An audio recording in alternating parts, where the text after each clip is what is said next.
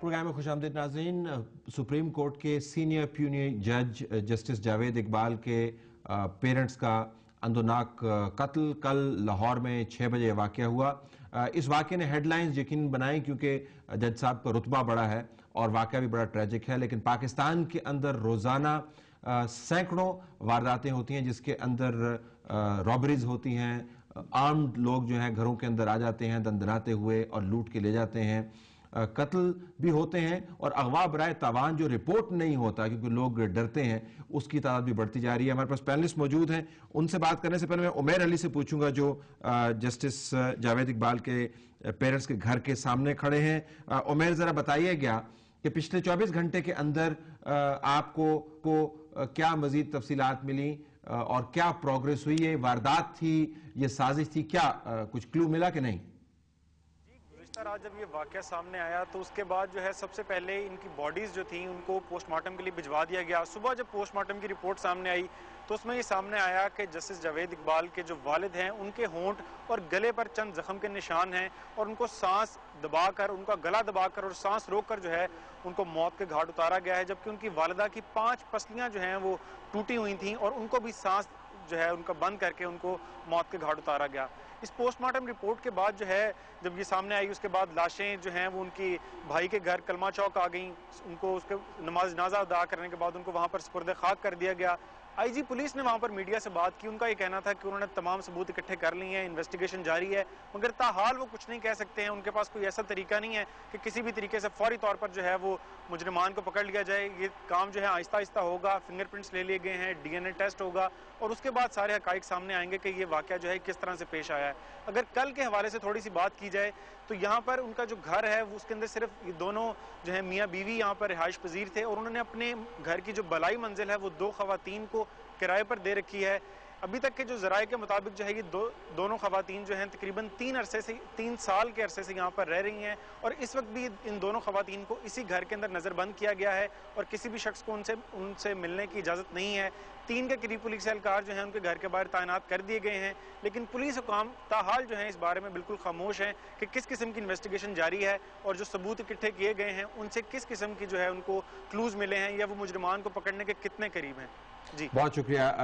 دانیل یہ بتائیے گا کہ ذرا معاشرہ ہم اس کے اندر لے کے آئیں. معاشرہ جو ہے ٹوٹ پھوٹ کا شکار ہے، ان امپلائمنٹ بڑھتی جا رہی ہے. جو چودھری صاحب کا پوائنٹ آف ویو تھا وہ یہ تھا کہ اب کرائم کرنا جو ہے نا کوئی اتنا برا بھی نہیں سمجھا جاتا. وہ کہتے ہیں ہمارے پاس ہے ہی کیا، we got nothing to lose. پکڑے ہی جائیں گے نا، اور اگر پکڑے جائیں گے تو پھر انویسٹیگیشن کمزور ہوگی تو یہ عدالت سے بری بھی ہو جائیں گے. Is that the reason crime بڑھ رہا ہے آپ کو؟ اس میں کوئی شک نہیں جی کہ جو اکنامک پریشرز ہیں پاکستان میں، پرائس انکریز کے اور اس کے علاوہ جو بے روزگاری ہے، جو کہ میں ذاتی طور پر اس بات کے علم رکھتا ہوں کہ اس کی جو اصل شروعات تھی وہ 2004 میں پوری طرح عیاں ہو چکی تھی، اور وہ شوکت عزیز اور عشرت حسین صاحب اور اشفاق حسن خان صاحب کی جو اس وقت کی ایک کسینو اکانومی چلانے کی جو ساری بات تھی جس میں انہوں نے بے تحاشا پیسہ مارکیٹ میں پھینک دیا اور پروڈکٹیو سیکٹر جو تھا اکانومی کا وہ چلا ہی نہیں، تو یہ سب اس کی نتیجے میں آ رہی ہیں. افسوس سے مجھے یہ کہنا پڑتا ہے کہ شوکت ترین صاحب کو بھی جو وقت ملا اس میں انہوں نے اس پالیسی سے چھٹکارا حاصل نہیں کیا، مڈل آف دا روڈ چلتے رہے. اب وہاں کے جو اکنامک ٹیم ہے وہ یہ کوشش کر رہی ہے، جبکہ یہ اتنا بڑا پہاڑ بن چکا ہے کہ اس کو یہ مینج کرنے کی کوشش کریں. اب نیچرلی وہ پرابلم کا میگنیٹیوڈ ہی اور ہو گیا، لیکن بنیادی طور پر جو نوجوان ہیں جو پڑھ لکھ کے بی اے پاس یا ایم اے پاس سڑکوں پہ پھر رہے ہیں، اگر 1-2 سال میں 3 سال میں ان کو کوئی فیوچر پراسپیکٹس نہیں نظر آتے، وہ کہتے ہیں idle mind is the devil's workshop, تو پھر کوئی نہ کوئی وہ ظاہری بات ہے. دوسری طرف معاشرہ اتنا تیز ہوتا جا رہا ہے، ایک مخصوص طبقہ جو ہے اتنا امیر ترین ہوتا جا رہا ہے کہ ظاہری بات ہے ان کی آنکھوں میں خون اتر آتا ہے کہ بھئی ہم بھی اسی معاشرے کا حصہ ہوتا تھا. اور یہ پاکستان میں جو سب سے اہم بات ہے، اس میں بینکاری نظام کا جو ہے اتنا اہم رول ہے جو کہ کوئی اس طرف نشاندہی نہیں کر رہا ہے. جو کارپوریٹ سوشل رسپانسبلٹی ہے، نہ کہ یہ وہی پیپلز پارٹی ہے جنہوں نے نیشنلائز کر دیا تھا بینکس کو، جس طرح جب پچھلی مرتبہ اس طرح کا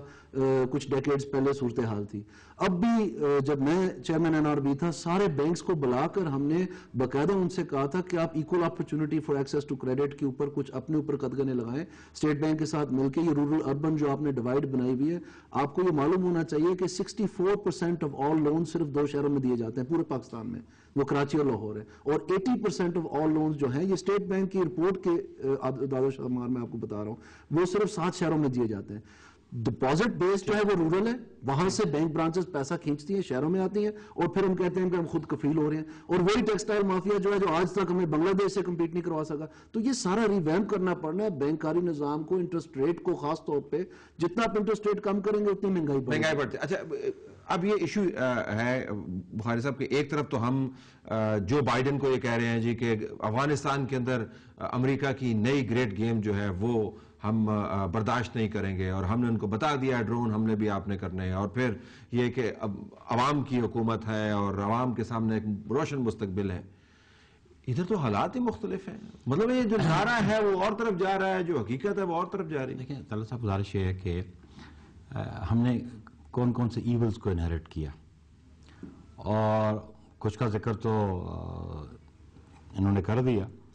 لیکن ہے کہ اس میں کوئی شک نہیں کہ جو اسٹیٹ آف اکانومی تھی بالخصوص 2008 میں, اور جس قسم کے اکنامک پریشرز تھے, کیونکہ 2007 ایک الیکشن ایئر تھا, اور جس انداز سے شوکت عزیز کی گورنمنٹ نے, اس کے جو فائننس مینیجرز ہیں, جس انداز سے انہوں نے اس ملک کی اکانومی کو برباد کیا. انہیں کو آپ نے رکھا ہوا ہے ویسے معذرت کے ساتھ. میری بات سن لیں, وہی آپ کی منسٹر آف اسٹیٹ ہیں, حفیظ صاحب بھی ساتھ ہی تھے میرے خیال میں اس وقت. میری بات سن لیں, ہاں شروع میں تو ساتھ تھے نا, دین ہی لیفٹ اٹ, جو وہ چلے گئے تھے. میں یہ کہنا چاہتا ہوں کہ وہ جو ان کے فائننس مینیجرز تھے, میں بالکل ایک بار جو سرکولر ڈیٹ چلا رہا اس کا ریزنز کیا تھے, اور پھر ابھی جو آپ کہہ رہے ہیں اکانومی پاکستان کی کیسی ہے اور اکنامک کنڈیشنز کی وجہ سے یہ کرائم بھی ہوتا ہے, اس میں کوئی شک نہیں ہے کہ جو شخص ایک غریب آدمی اپنی اولاد کا پڑھاتا ہے, اس کی یہ توقعات ہوتی ہے کہ جوان ہوگا کل میرا سہارا بنے گا, اور الٹیمیٹلی جب اس کو جاب نہیں ملتی, وہ ان امپلائڈ ہے, تو اس لڑکے کو تو گھر سے بھی تانے ملتے ہیں, باہر بھی اس کو سوسائٹی بھی ایکسیپٹ نہیں کرتی, تو پھر کرائم کی طرف سے اس نے جانا ہے. لیکن ساتھ ہی ساتھ میں یہ سمجھتا ہوں کہ جہاں پہ اکنامک کنڈیشنز کو امپروو کرنا ہے, وہاں لا اینڈ آرڈر کی سچویشن کے لیے دو باتیں بڑی امپورٹنٹ ہیں. ایک ہے یہ پنشمنٹ کا جو امپیکٹ ہے, اس کا جب تک ڈیٹرنٹ افیکٹ نہیں ہوگا, اور ڈیٹرنٹ افیکٹ تب ہوگا کہ جب وہاں سے کنوکشن ہوگی کورٹ سے. ٹھیک, اور کورٹس کی صورتحال یہ ہے کہ جی ایک جوڈیشل میجسٹریٹ کے پاس سینکڑوں کیسز ڈیلی لگے ہوتے ہیں, نمبر آف ججز بہت کم ہے. پھر جو انویسٹیگیشن ہے, اگر وہ جب تک پراپر انویسٹیگیشن نہیں ہوگی, پولیس رات کو گشت بھی کرے, صبح ادھر پہنچے, عدالت میں بھی پہنچے, مٹیریل اکٹھا نہ کرے, پراپر ایویڈنس کلیکٹ کیے بغیر عدالت میں بھیج دے, اب تو خیر وی آئی پی ڈیوٹیاں بڑی بڑھ گئی. پھر پروسیکیوٹرز کو نا, میں ایک اور آپ کو بات بتاؤں کہ جو تو کیسز ہیں جو پرسنل انیمیٹی کے ہیں, اس میں تو پارٹیز اپنے کاؤنسلز انگیج کر لیتی ہیں, اچھے سے اچھا کاؤنسل انگیج کرتی ہیں, اور کوشش ایک کی ہوتی ہے کہ میں ایکوٹ ہو جاؤں, دوسری کو کہ اس کو میں کنوکٹ کروا لوں. اور وہ جب اسٹیٹ جب یہاں پہ کمپلیننٹ ہے, جب اسٹیٹ کی بہاف سے جملہ پیش ہوتا ہے, اس معیار کی پروسیکیوشن نہیں ہو رہی. کس نے کرنا ہے؟ میری بات سنیں, اس کے لیے بہت اچھی کوشش کرنی چاہیے کہ ریفارمز لائیں.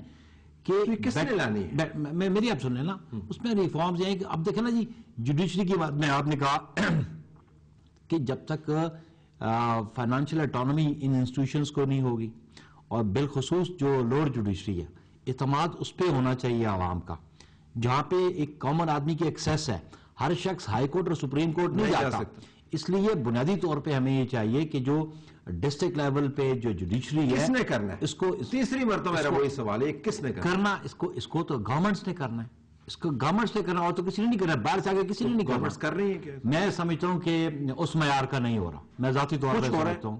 اس میں امپرومنٹس ہوئی ہیں. اب یہ نہیں ہے, میں اس میں یہ ضرور ہو رہا ہے کہ جو ماضی میں کچھ موومنٹ فارورڈ ہوئی تھی اس کو نلیفائی کر کے زیرو کر ریورس کریں. نہیں, اس میں ایک بات ایڈ کروں گا. سے فار ایگزامپل, جب پہلے میجسٹریٹ جو جوڈیشل میجسٹریٹ اس کی بہت کم تنخواہ تھی, اب ان کی تنخواہیں بڑھ گئی ہیں. اب آپ یہ تو اب میں سمجھتا ہوں کہ ان کی تعداد بھی بڑھنی چاہیے. اور جو پولیس کا سسٹم ہے اس ملک میں, اس میں جو واچ اینڈ وارڈ کا سسٹم ہے وہ ایک علیحدہ ہونا چاہیے, انویسٹیگیشن کے حوالے سے علیحدہ, ان کے پاس پراپر فیسلٹیز ہونی چاہیے تاکہ منیمم ٹائم میں, شارٹسٹ پاسبل ٹائم میں وہ چلان سبمٹ کر سکیں. چھوٹا سا سوال آپ کے سامنے رکھتا ہوں, لیکن پہلے مجھے بریک لینا ہے. میرے پروڈیوسر سے کہ بریک لینا ہے, چودھری یعقوب صاحب کے پاس بھی جائیں گے. چھوٹا سا سوال بال میرا یہ تھا کہ اگر مجھے اس وقت عوام کو بتانا ہو کہ جی فلاں جگہ پر جا کے ایک پیپر پڑھا ہوا ہے 5 پیجز پر مبنی, جو پڑھ لیں پولیس ریفارم کا جو ویژن ہے ہمارا, تو وہ کدھر سے ہمیں ملے گا؟ ہو سکتا ہے میری ریسرچ کمزور ہو، مجھے نہ ملا، میں نے تو بڑی کوشش کی ہے. اگر یہ لکھت پڑھت کہیں نہیں کی ہوئی تو ریفارم ہم خالی خولی باتیں ہی کر رہے ہیں. جیسے کہ بریک ہے ناظرین، بریک کے بعد ہم چودھری یعقوب کے پاس بھی جائیں گے اور ان سے پوچھیں گے کہ جب معاشرہ اس قسم کی ٹینشنز کا شکار ہو تو کیا نظام ہوگا جو اس کے سامنے کھڑا ہو پائے گا. Stay tune.